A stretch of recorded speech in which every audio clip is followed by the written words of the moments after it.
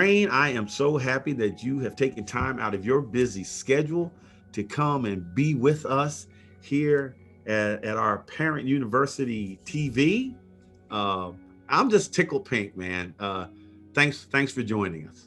It's so great to be here, Michael. I love you. I love what you do, and I love Parent University. I'm just thrilled we were able to make this happen.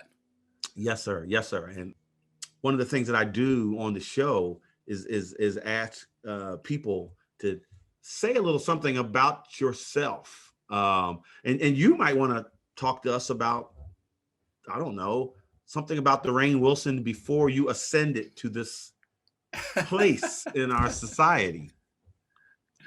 Well, iconic is a strong word, but yes, a TV actor of a memorable character, Yes. which is pretty awesome. So thrilled that I got to be a part of being on the cast of The Office and being in that great show and playing a lot of other interesting and memorable roles. That's all I ever really wanted to do. But yeah, I think that's a great question, Michael, because so many people just know me as Dwight from The Office. And certainly on social media, there's this very strange kind of lack of separation of Rainn and Dwight. Like he must be Dwight. And if I ever post something or say something different than what Dwight would say, they're confounded. They're flummoxed by it. And I am actually a different person than not only Dwight, than all of the characters I have played. Yes. I've played a menagerie of weirdos and psycho killers and freaks and comedic characters and sad pill-popping dads and you name it. I mean, I've run the gamut, misfit and superheroes. I like those characters, by the way. Yeah. Those characters, I'm glad I've gotten to see the range of Rainn Wilson. I love those characters, and I'm glad we gotta make a living, and so we do what we have to do. But your range is wide. I mean, who were you before all of this, Rainn? Well, I was a geeky little suburban kid from suburban Seattle, and I always loved nerdy things. I was on the chess team. I played the bassoon in the school orchestra. I was in the pottery club. I was in Model United Nations. I was in the computer club. The list goes on and on and on. And I played Dungeons and Dragons on the weekends. So I was about as nerdy as you can get. And then I always secretly had this dream that I wanted to be an actor. And so, but I didn't really ever talk to anybody about it. And in fact, I'll tell you an interesting story. You want to hear an interesting story? Yes. I would love to hear an interesting story. Do we have time for an interesting story? You do. Okay. Yes, we do.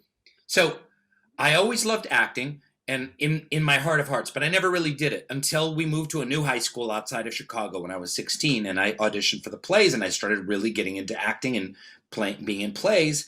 And my dad was very weird about it. And he was very supportive of me in every other way, but he was weird about me being an actor. So I couldn't figure this out. My mom had left me and my dad when I was about 2 years old. And I didn't really know her very well until later in my teenage years. Mm-hmm. And so I went on my path of being an actor and just having this kind of impulse that I wanted to act. And I didn't know where it came from. And finally, I spoke to my mom. I was about 20. And I was like, why did you and my dad get a divorce? And she's like, you mean he never told you? And I was like, no. And my dad never said an ill word about my birth mother ever in life. He was a very good man. And she was like, well, I was an actress in the late 60s in Seattle. And I had an affair with the theater director, and I left your father for this theater director. And that explained it all. Like that explained why my dad didn't really like me being in the theater or doing acting. He was kind of freaked out about it because he had been burned, and hurt. Oh And my. then it also explained why I had this kind of impulse to be an actor, though didn't know anyone in my family that was an actor, because my mom had been an actor. So there were Mm-hmm. obviously some genetic component there for Mm-hmm. me wanting to perform.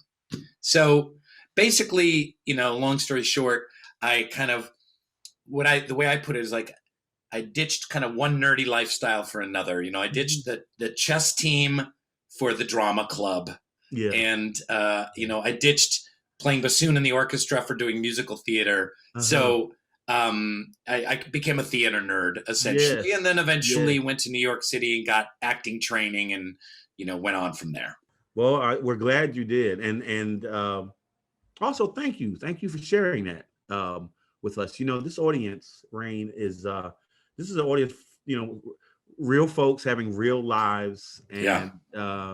and it's always good when something real, something authentic is shared. Well, I'll get even more real than that. So you're talking about getting to know the real me. It's something I've been talking a little bit more about recently, and people talk a lot about and realizing that we're in the midst of a mental health crisis. And I know a lot of the parents at Parent University have teenagers. Yes. I have a teenage boy.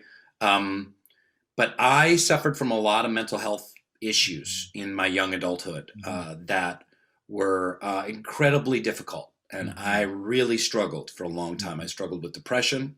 I have a diagnosed, anxiety disorder. And I used to get anxiety attacks, like crippling anxiety attacks, like on the floor shaking. Yeah. And addiction issues in my 20s. That were, really devastating and hurtful and really messed me up.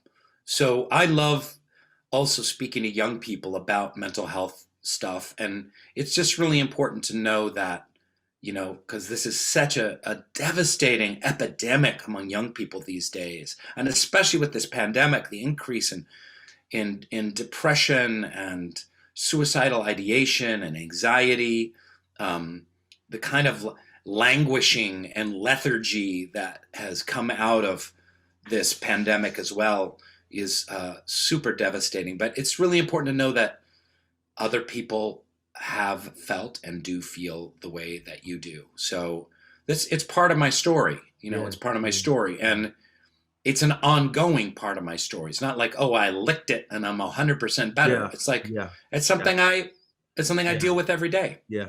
Yeah. Yeah. Well, I'm with you. I'm with you there, my friend. And I'm going to a funeral after this interview of a 29-year-old Rainn that I loved. And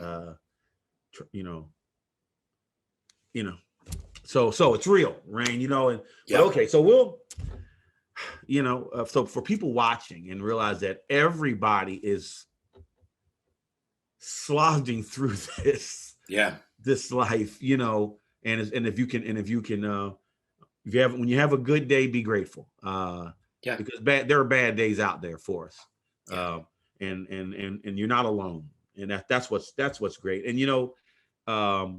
the things we're talking about have always been happening.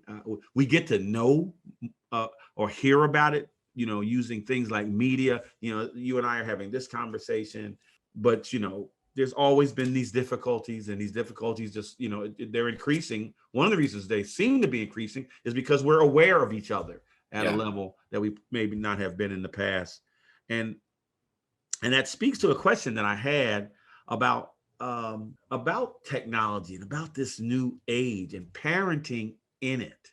Yeah. Do you have any just quick thoughts about the difference in parenting today as it was, I don't know, 20 years ago, or certainly 50 years ago? Yeah. And why, you don't have to speak on exactly why Parent University is necessary, but if that's part of your answer, that's fine. But why we have to have an ongoing sense of thinking and learning about parenting in this age, in this new age. Well, I could rave about Parent University, and I'm happy to. But why we need programs like Parent University and why we need kind of ongoing training as parents is because the landscape is changing every 6 months. Yes. You know, it's a completely different world. So when I first became well known on The Office, it was before, I mean, there were cell phones, but a lot of people, this was like 2004, 2005, people had flip phones, and they would meet me and be like, oh, I love you on the show. Can I shake your hand? Or can I get your autograph? And then all of a sudden, we have these devices that all have phones on them. So part of this issue, and I think what you're addressing, is the advent of these screens, you know, these little mini computers in our pockets. And they can be incredibly devastating and difficult to navigate with kids and teenagers. You know, it's an instant babysitter. You know, you're going out to eat and you just want to eat in peace, and the kid's going crazy. It's like, here, take my phone and play a little game. You know, or watch this little video, and then you get some peace. So I get it, and I've done that 1,000 times.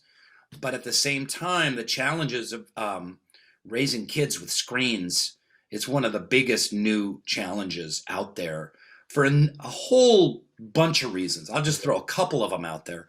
One is kids aren't bored anymore. I mean, Michael, when you and I were younger, sometimes we were just bored, right? Yeah, sure. My dad would bring me with him into work, you know, because he didn't have a babysitter, and he's in the sewer construction business.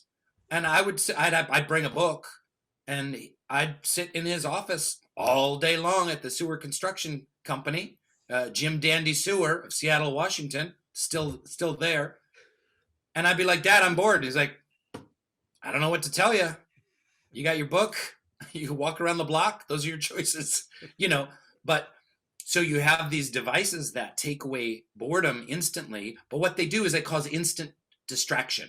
You know, and instant diversion from the real world. So there's a constant, like, I'm bored, and then you get unsettled because you're bored, and then you grab your phone and and I do it as an adult, by the way, too. I'm totally, I don't even want to admit what my daily screen time on this thing is. It's terrible. Now, then you throw porn into it. Okay. Then you throw, like, I mean, you could put blocks on, and parents should be putting blocks on the phones and monitoring that stuff. And there's apps and things you can use. I use one with my son called Custodio that starts with a Q. That's really, really good. But the idea that, you know, most of his friends don't have those blocks. And at the click of a button, at a very young age, you can see some of the most disturbing pornographic images you could ever imagine, and they're all right there. Like, Michael, when we were kids, we had to work for our porn. Oh my goodness. We had to work hard for our porn. We had to, like, find someone down the block who had, you know, 3 penthouses that they had under their older brother's couch cushion, you know, and that's it. You know, there wasn't like a touch of a button and, you know, infinite kind of grotesque carnality that is very addictive. So all of this stuff creates the diversion, the games, the pornography, the escaping boredom, using a phone to try and soothe anxiety, which it doesn't really do. Yes, I'll just add just a couple of words, 4 words, 2 names. In my day, Moms Mabley. Now, I don't know whether you're familiar with that names. Moms Mabley and Red Fox. There was an album. I think it might have been even a 78. There was an album. If you could, one of my friends had and it was an old lady. And you know Red Fox, right? Sure, I know Red Fox. He's genius. And Moms Mabley and Red Fox would talk nasty on an album. And that was just, listen, we would hide. We would. You're revealing a lot about yourself. That was, you know, we were looking at, you know what I'm saying? If somebody's parent that come in, we were dead. And you go from that to what is happening now. Yeah. There is every reason for people to be very serious about trying to keep up with this arc of change that we're in. This is what we're here to talk about. This is an ongoing thing. This is not something we're going to answer in a few minutes. But something I'm glad we're able to share, and something I'm glad to see. One of the things about what we do is that we put it out there for people to talk about. These things that are taboo, or things that people are reluctant to bring up. We make it, just like you talked about mental health. Mental health is an issue with probably the tip of the iceberg we've explored. Yeah. And the way it really exists in our community. Yeah. And I know that particularly in the African American community, Rainn, I'm telling you, it's okay to have a broken arm. It's okay. Everybody sees your arm. But to say you have some kind of issue, some kind of mental issue, is something very few people want to talk about. Yeah. And that's just the way it is. So us creating an environment to talk about it is a big thing. You have used, one of the things I've always admired about you and continue to admire about you as I learn more, that you have used your good fortune to get involved in discourse in society. Mm-hmm. And I feel like you're risking more than somebody like myself or somebody, or just average pedestrian guy who is not in the public scrutiny as much as you are because of your profession. But you've taken it on yourself to get involved in this public discourse. Why? Well, it was really interesting. I struggled my whole life as an actor, and then all of a sudden found myself on this hit show. And all of a sudden people became very, very interested in what I had to say. Mm-hmm. And this is not to say that you need to be a celebrity to get involved, to give back to your community, to be philanthropic, to have an altruistic mindset, to be engaging in community discussions, building community, at your church or wherever. But all of a sudden, here I am in my late 30s, and all of a sudden people are very interested in me and they want me to be a part of their nonprofit or help them raise money or talk about issues or host something or make a video or what have you. And I had to all of a sudden think really long and hard about well, what am I going to do? What's my purpose now? Yes, I'm an actor and I want to have a rich and varied career, but how am I going to give back? And so my wife was very supportive during this time, and my friends, and one of the things it was with the advent of really the internet and mid 2000s, and the internet was such a wasteland. We created a company called Soul Pancake, which did the show Kid President and a number of other kind of hit viral video shows on the YouTube channel. And we launched that uplifting media company with making inspiring content. And got involved in a number of nonprofits that had to do, like Parent University, with education. Mm-hmm. Because I really believe that one of them was the Mona Foundation, which is a funder of Parent University, a supporter of Parent University. And I just believe that I believe in education. I wouldn't be who I am without my education. I had some amazing, I'm a white dude of tremendous privilege, and I recognize that. And at the same time, I'm really grateful for that because doors were opened and I was able to go to good colleges, and I had amazing teachers that gave me the acting skills that I needed to have a career. And so I've always thought about how do I give back? How do I empower kids or parents to have those educational opportunities that can open doors for them? Mm-hmm. And like you talked about, discourses with society, and to talk about it and use my platform. So I want to use my platform to talk about education, to talk about mental health. I want to talk about the environment. I want to talk about spirituality. My faith is very important to me. And I just decided I'm not going to be afraid to talk about this stuff. It may have cost me roles. Some people in Hollywood think that I'm a total weirdo. That's okay. People have been thinking I'm a total weirdo for my entire life. I can handle it. But I do think it's important. We all have a platform. Yeah. Even if you're just a member of your church and there's a congregation of 30, you still have a platform for those 30 people. Or even if you live on a cul-de-sac and there's 40 people living in that cul-de-sac. Yeah. We all have a platform. We don't have to be a celebrity to have it. So, and we can all make a difference. I mean, you actually started a nonprofit. You had a nonprofit that actually worked towards the education of females, of girls. Yeah, women and girls. Yep. Mm-hmm. Yes. Mm-hmm. Could you say a little something about that? Sure. So when I was working with the Mona Foundation, in 2009, my wife and I took a trip to Haiti because they were funding a number of schools down there. And we fell in love with the country. I mean, it's incredibly beautiful. The people are amazing. They're funny and smart and amazing artists and incredible senses of humor. And the culture is just so vibrant, like the music and the food. And it's such a unique culture too. And we fell in love with it. And then the earthquake happened in 2010. 300,000 people died in a matter of minutes. It's one of the worst disasters in human history.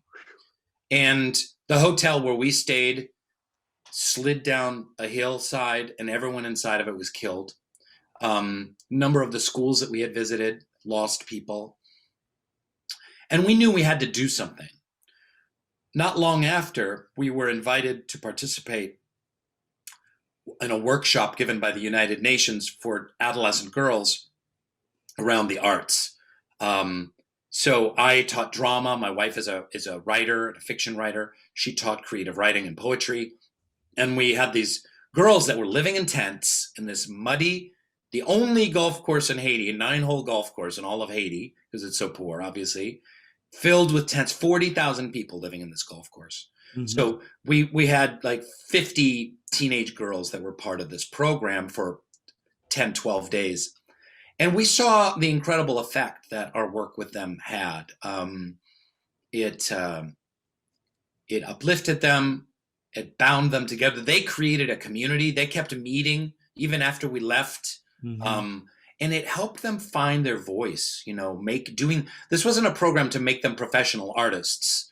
It was a program to use the arts to help them find their strength and find their voice. And we love that way of working. So along with the woman who ran it, Dr. Catherine Adams, who unfortunately just passed away 4 months ago after a long battle with cancer, we started this program in Haiti called L'Idée. And that is a name that the girls created for the program. And L'Idée means two things. It's kind of a play on words. It means leader and it means idea. And the girls came up with it. And so we have been working in Haiti for a good 7 years or so. And we work in about 12 different locations with 800 girls. We also immediately introduced a literacy program to the arts work we were doing. We do scholarships. We have a mobile computer lab. We do tutoring. We bring tutors out to help the girls with their homework so they don't fall behind in school. Wow. We do psychosocial work. We have a therapist on staff. We have a nurse to help with their health needs. Because in a place like Haiti, where it's so poor, you can't just do one thing. Because it's like peeling an onion. There's all these issues, health issues, physical health, food. We introduced a food program. So sometimes when we feed these girls, that's the only meal they're getting that day. So it's been an incredible honor and privilege. It's 100% run by Haitians, and we have a Haitian staff of 40 there, and we just kind of support them and give them what they need to help grow and expand the work that we do. Wow. To know the things that you do really, really warms my heart. And here's the reason why, because you come off as just a regular guy. And so why is this important? A lot of the people I meet feel like you have to get this certification, this recognition, this training to have meaningful effect on your environment.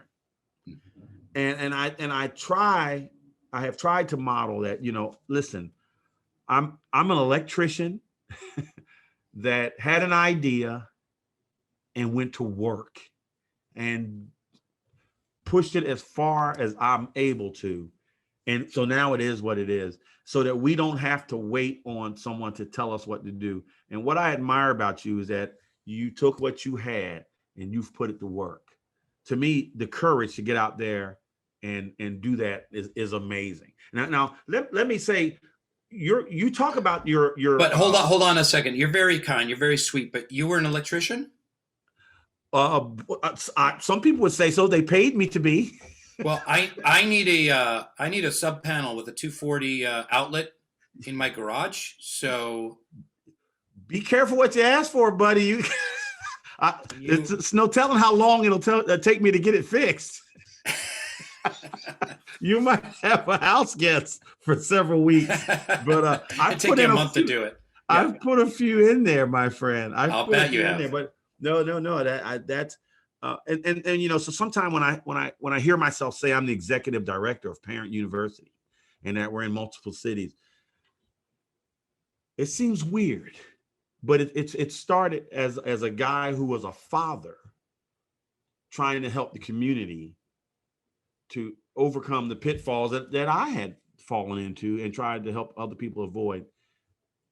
But it happens like that. And then I see people like yourself who, you know, your career, I'm sure you just didn't go from thinking you were going to act to being successful. I'm sure there were some daunting moments in there where you just wondered, was this even going to happen, even in an acting career? Sure. And then to get there and pivot to become a servant of humankind, that inspires me. And so I am always trying to tell our parents, tomorrow's another day. Tomorrow's may be the day you change the world. And to me, you're the kind of person that models that possibility. Yeah, I don't know what to say. I mean, you said it great. I mean, I certainly had a lot of struggles. I almost quit acting, you know, a dozen times. Could barely pay the bills. You know, I always say, I put it in perspective, and I talk about money. People don't really talk about money, but as an actor in New York City, the first 9 years of my career, I never made over $19,000 in a year for 9 years.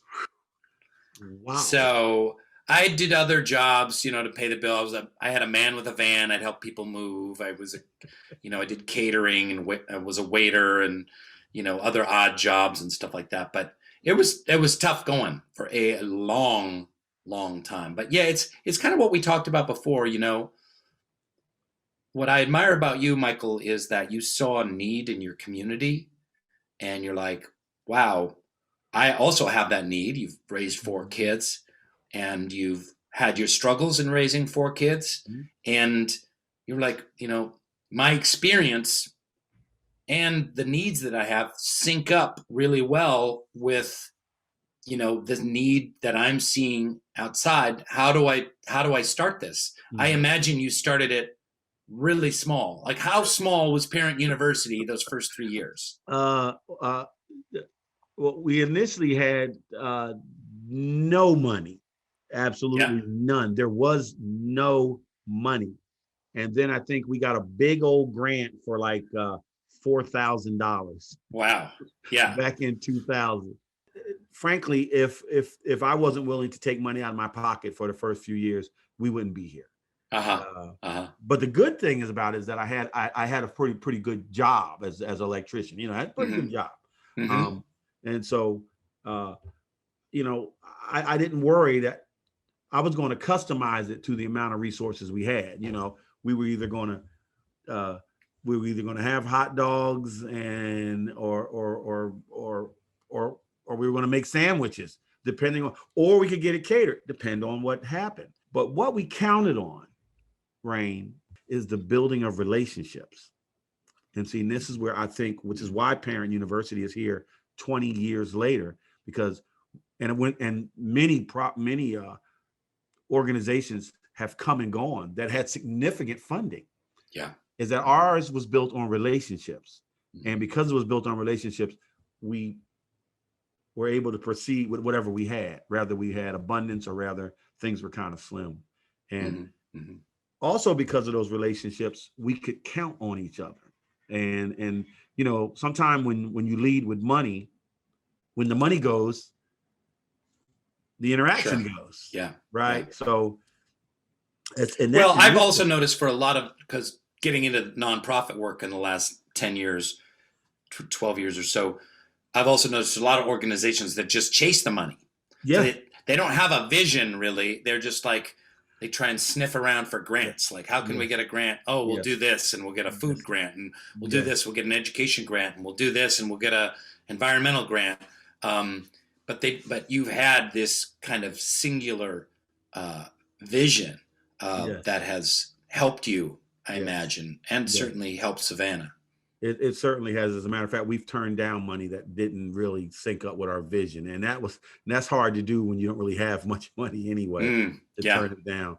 But to that point, once again, you personify a person who has worked with what life gave him, and almost anybody who knows you would say, and turned it in to a story a narrative that everyone can admire and even aspire to. And do you have any thoughts for that parent out there that just says, I just don't know if I can do this. I just don't know, first of all, in my home, and I certainly am not sure I can have an effect in my environment. You have any thoughts, or did anybody ever say anything to you that reassured you that you can do this? You can have effect in your home, and you can have an effect in the world. There's one of my favorite rock bands is this band called Frightened Rabbit from Scotland, and the lead singer struggled with mental illness and killed himself a few years back. And Scott Hutchinson was his name. He was a brilliant songwriter, and